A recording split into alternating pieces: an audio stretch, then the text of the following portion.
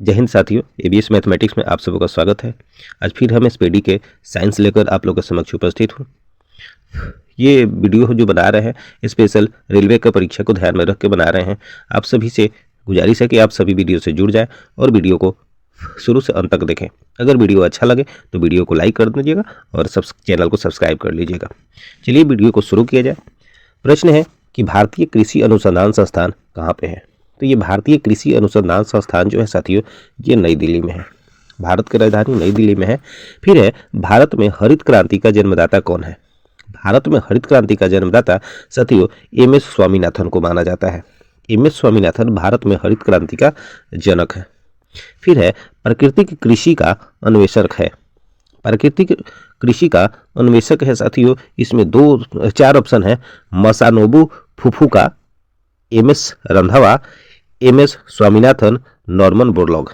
इसका सही उत्तर होगा साथियों बी, एम.एस. रंधावा। प्राकृतिक कृषि का अन्वेषक एम.एस. रंधावा है।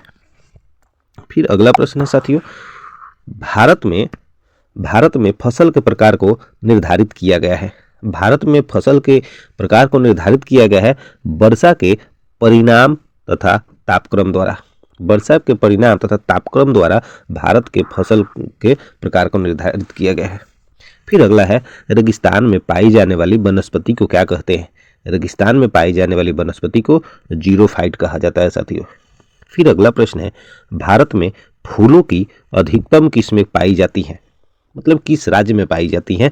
जैसे असम हो गया, केरला हो गया, उत्तराखंड हो गया और सिक्किम हो गया। तो साथियों इसका सही उत्तर होगा उत्तराखंड। उत्तराखंड में भारत में फूलों की सबसे अधिक किस्में पाई जाती है। फिर है, खरीफ का मौसम कब होता है? खरीफ का मौसम साथियों होता है जून से सितंबर। जून से सितंबर खरीफ का मौसम होता है। फिर अगला है, विश्व में प्राकृतिक रबर का सबसे बड़ा उत्पादक देश कौन सा है? विश्व में प्राकृतिक रबर का सबसे बड़ा उत्पादक देश है साथियों थाईलैंड। थाईलैंड है। थाईलैंड का राजधानी साथियों बैंकॉक होता है। इसमें ब्राजील है, ब्राजील का राजधानी ब्रासिलिया होता है। मलेशिया है, फिर भारत है। भारतीय दलहन अनुसंधान संस्थान अवस्थित है। भारतीय दलहन अनुसंधान संस्थान साथियों ये कानपुर में है। उत्तर प्रदेश का एक शहर कानपुर है जहां पे दलहन अनुसंधान संस्थान अवस्थित है। झूम खेती प्रचलित है किस राज्य में? झूम खेती किस राज्य में प्रचलित है साथियों? ऑप्शन है उत्तर प्रदेश, नागालैंड, असम और बिहार। साथियों नागालैंड इसका सही उत्तर होगा। नागालैंड में झूम कृषि प्रचलित है। फिर है, सिनकोना पौधे के किस भाग से कुनैन प्राप्त होता है? सिनकोना पौधा के किस भाग से कुनैन प्राप्त होता है? इसका सही उत्तर होगा साथियों तने की छाल से। अगला है, पौधे नाइट्रोजन को किस रूप में ग्रहण करते हैं? पौधे नाइट्रोजन को नाइट्रेट के रूप में ग्रहण करते हैं। पौधे नाइट्रोजन को नाइट्रेट के रूप में ग्रहण करते हैं। फिर अगला प्रश्न है साथियों, पूर्ण पुष्प में पाया जाता है। पूर्ण पुष्प में पाया जाता है साथियों पुमंग, जयांग, सभी चारों चक्र, बाह्य दलपुंज, दलपुंज, दल, पुमंग और जयांग। इसका सही उत्तर होगा साथियों सभी चारों चक्र जो होते हैं पूर्ण पुष्प में पाया जाता है। फूल गोभी का खाने योग्य भाग कौन सा होता है? फूल गोभी का खाने योग्य भाग होता है साथियों पुष्पक्रम, यानी जो फूल वाला भाग होता है उसको खाया जाता है। नारियल का फल होता है। नारियल का फल होता है साथियों, जैसे ऑप्शन दिया है बेरी, नट और डुपी। नारियल का फल डुपी होता है। विश्व वन दिवस, विश्व वन दिवस मनाया जाता है साथियों 21 मार्च को। विश्व वन दिवस 21 मार्च को मनाया जाता है। फिर है, पौधों के रस को चूस लेने वाले सबसे छोटे कीट को क्या नाम दिया जाता है? तो वो है एफिड। एफिड जो जंतु है, कीट है, ये पौधों के रस को चूसने में सबसे छोटे कीट के रूप में जाने जाते हैं। फिर अगला है कि सबसे बड़े पुष्प होते हैं। सबसे बड़े पुष्प होते हैं रेफ्लेसिया के। रेफ्लेसिया के फूल जो होते हैं सबसे बड़े होते हैं। फिर है, चाय में लाल कीट का कारण क्या है? चाय में लाल कीट का कारण है साथियों हरे शैवाल। चाय में लाल कीट का कारण है हरे शैवाल है। सबसे किस में बीज नहीं पाया जाता है? 4 ऑप्शन है, घास है, फर्न है, पाइन्स है और आम। इसमें किस में बीज नहीं पाया जाता है? तो एक ऑप्शन सी है, फर्न, इसमें बीज नहीं पाए जाते हैं। नींबू में कैंकर रोग होता है। नींबू में कैंकर रोग किसके कारण होता है? तो ये बैक्टीरिया के कारण होता है, यानी जीवाणु के कारण होता है। मटर में जो मार्स रोग होता है, मटर में जो मार्स रोग होता है, ये किसके कारण होता है? तो मटर में मार्स रोग मैग्नीज की कमी के कारण होता है। भारत का विश्व में गेहूं उत्पादन में स्थान कौन सा है? यानी भारत का पूरे विश्व में गेहूं में जो स्थान है वो द्वितीय है। यानी भारत में गेहूं का उत्पादन पूरे विश्व में द्वितीय स्थान पर है। निम्नलिखित में कौन सा असत्य फल है? इनमें से कौन सा असत्य फल है साथियों? उत्तर होगा सभी, यानी कहें तो काजू, सेब और नाशपाती, ये सब के सब असत्य फल है, यानी ऑप्शन नंबर डी हो जाएगा। निम्नलिखित में कौन नकदी फसल है? इसमें से कौन नकदी फसल है? तो इसका सही उत्तर होगा साथियों तंबाकू। निम्नलिखित में से किस में प्रोटीन सर्वाधिक होता है? सबसे ज़्यादा प्रोटीन जो होता है साथियों वो होता है मूंगफली में। सबसे ज़्यादा प्रोटीन साथियों किस में होता है? मूंगफली में होता है। फिर अगला प्रश्न है साथियों कि यूरिया में नाइट्रोजन किस रूप में पाया जाता है? यूरिया में नाइट्रोजन पाया जाता है साथियों एमाइड के रूप में। यूरिया में नाइट्रोजन किस रूप में पाया जाता है? एमाइड के रूप में पाया जाता है।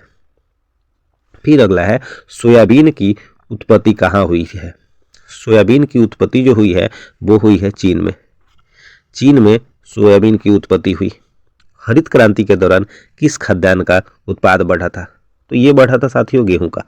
हरित क्रांति में गेहूं का उत्पाद बढ़ा था। फिर अगला प्रश्न है इनमें से कौन प्रोटीन का उत्तम स्रोत है? प्रोटीन का उत्तम स्रोत सोयाबीन है और सोयाबीन सबसे ज़्यादा भारत के मध्य प्रदेश में पाया जाता है। मध्य प्रदेश को सोया सिटी के नाम से भी जाना जाता है। गेहूं का जो बात किया जाए तो गेहूं सबसे ज़्यादा उत्तर प्रदेश में पाया जाता है। भारत में कपास उत्पादन में अग्रणी राज्य कौन सा है? कपास उत्पादन में अग्रणी राज्य जो होता है वो गुजरात है और गुजरात में काली मिट्टी पाई जाती है और काली मिट्टी को रेगुर मिट्टी के नाम से भी जाना जाता है। भारत का सबसे बड़ा रबर उत्पादक राज्य कौन सा है? तो ये है साथियों केरल। भारत के केरल राज्य में सबसे ज़्यादा रबर का उत्पादन होता है।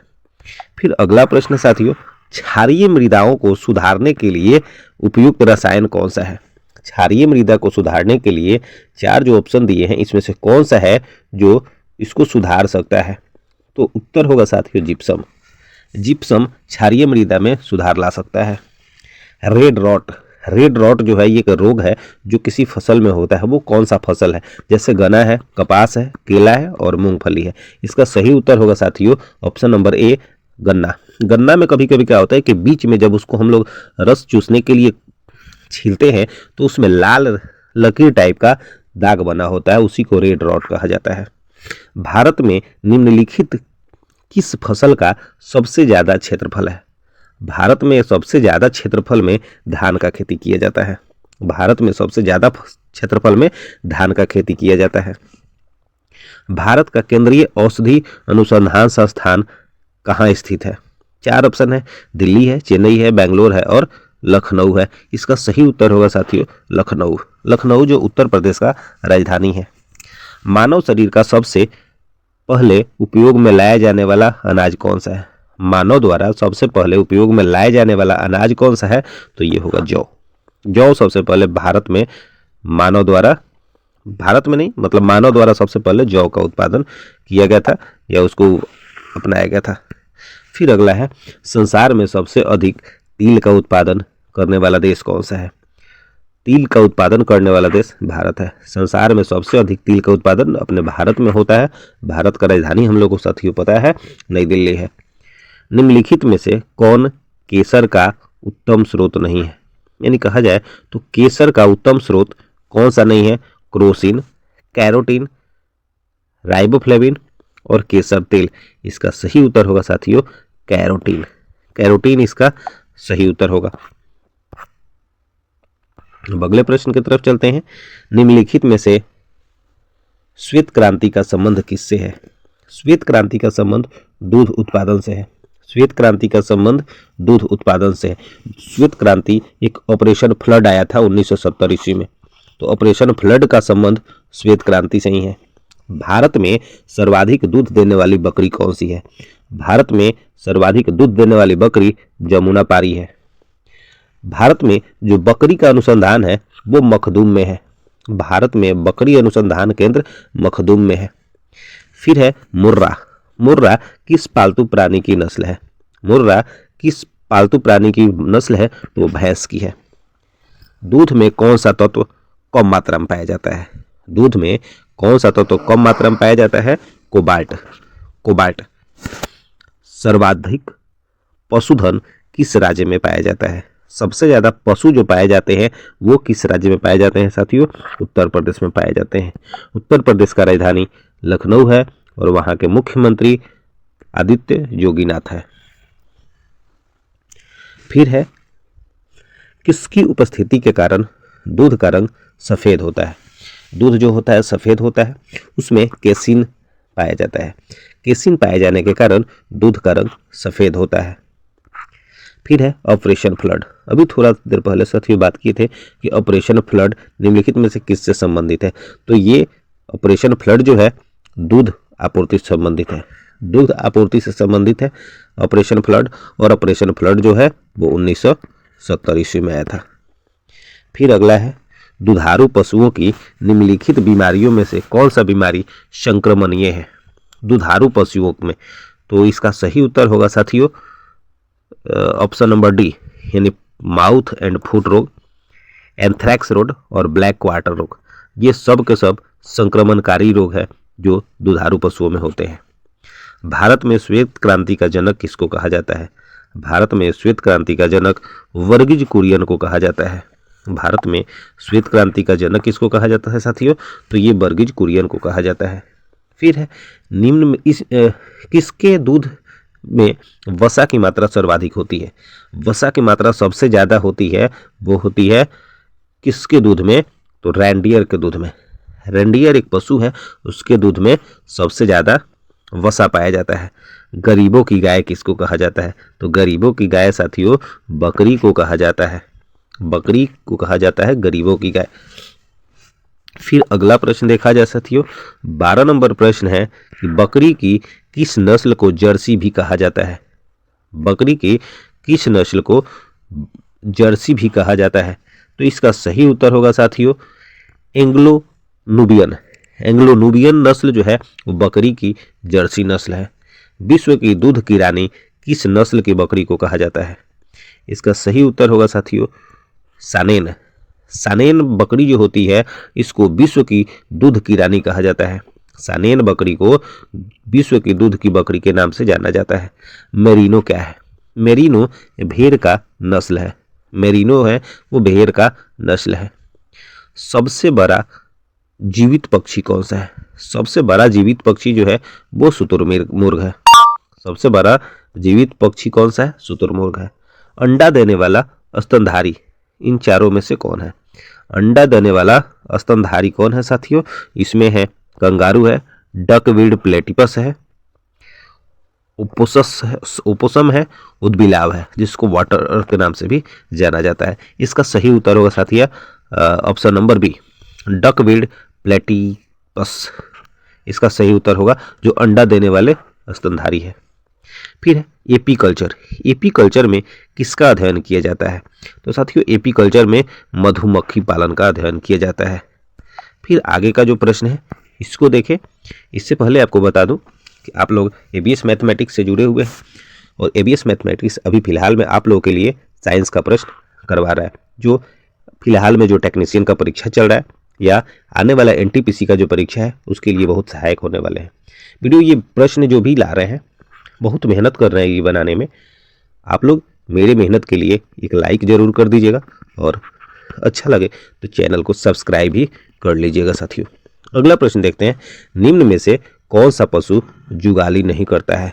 जुगाली नहीं करता है, हम लोग गांव में बोलते हैं पागुर करना। तो कौन सा पशु जुगाली नहीं करता है? इसमें ऑप्शन है ऊंट है, बकरी है, भेड़ है और सुअर है। इसका सही उत्तर होगा साथियों सुअर। सुअर जो होता है वो जुगाली नहीं करता है। फिर है लाल क्रांति। लाल क्रांति किससे संबंधित है? तो लाल क्रांति साथियों ये मांस से संबंधित है। लाल क्रांति मांस से संबंधित है। लाल क्रांति का संबंध किससे है साथियों? तो ये मांस से है। फिर है पशुओं में होने वाला अफरा रोग का कारण क्या है? पशुओं में एक अफरा रोग होता है, इसका कारण है प्रदूषित आहार। प्रदूषित आहार करने से अफरा नामक रोग पशुओं में हो जाते हैं। मुर्गी के अंडे में कार्बोहाइड्रेट की मात्रा कितनी होती है? मुर्गी के अंडे में कार्बोहाइड्रेट की मात्रा 0 ग्राम होती है, यानी कार्बोहाइड्रेट नहीं के बराबर होता है। फिर अगला प्रश्न है मवेशियों में बांझपन का कारण कौन सा रोग है? किस रोग के कारण पशुओं में या मवेशियों में बांझपन हो जाता है? तो ये है बैंग रोग। बैंग रोग होता है, इसको ये बांझपन के लिए सहायक है। फिर है कि एक छत्ता में रानी मधुमक्खी की संख्या कितनी होती है? एक छत्ता में रानी मधुमक्खियों की संख्या एक ही होती है। मधुमक्खियों की जो रानी मधुमक्खी है उसकी संख्या मात्र एक ही होती है। पशुधन में सबसे अधिक बच्चे देने वाली नस्ल कौन सी है? सबसे अधिक बच्चे कौन देता है साथियों? ये देता है सुअर। सुअर सबसे ज्यादा बच्चा देता है। फिर आगे प्रश्न जो है वो देखते हैं, संसार में सबसे अधिक अंडे देने वाली मुर्गी की नस्ल कौन सी है? इसका सही उत्तर होगा साथियों श्वेत लेग हर्न। श्वेत लेग हर्न जो मुर्गी की नस्ल है ये सबसे ज़्यादा अंडा देती है। भारत में भेड़ की सबसे उत्तम नस्ल कौन सा है साथियों? भारत में भेड़ की सबसे उत्तम नस्ल जो है वो है नेल्लौर। नेल्लौर भेड़ की सबसे उत्तम नस्ल है। शहरी बकरी यानी सिटी गोट जिसको कहा जाता है, यानी सिटी गोट के नाम से कौन जानी जाती है? शहरी बकरी के नाम से किसको कहा जाना जाता है साथियों? बर्बरी। बर्बरी को शहरी बकरी के नाम से जाना जाता है। भारत में सबसे अधिक बकरियां कहाँ पाई जाती है? भारत में सबसे अधिक बकरियां उत्तर प्रदेश में पाई जाती हैं, और उत्तर प्रदेश का एक जगह है मखदूम जहाँ पे बकरी अनुसंधान संस्थान अवस्थित है। पश्मीना बकरी। पश्मीना बकरी निम्नलिखित में से किस नस्ल से प्राप्त होती है? पश्मीना बकरी निम्न में से किस नस्ल से प्राप्त होती है? इसका सही उत्तर होगा चिंगथंगी। विश्व में सर्वाधिक भेड़ किस देश में पाए जाती हैं? विश्व में सबसे ज़्यादा जो भेड़ पाए जाते हैं वो होंगे साथियों ऑस्ट्रेलिया, यानी पूरे विश्व में ऑस्ट्रेलिया में भेड़ों की संख्या सबसे अधिक पाई जाती है।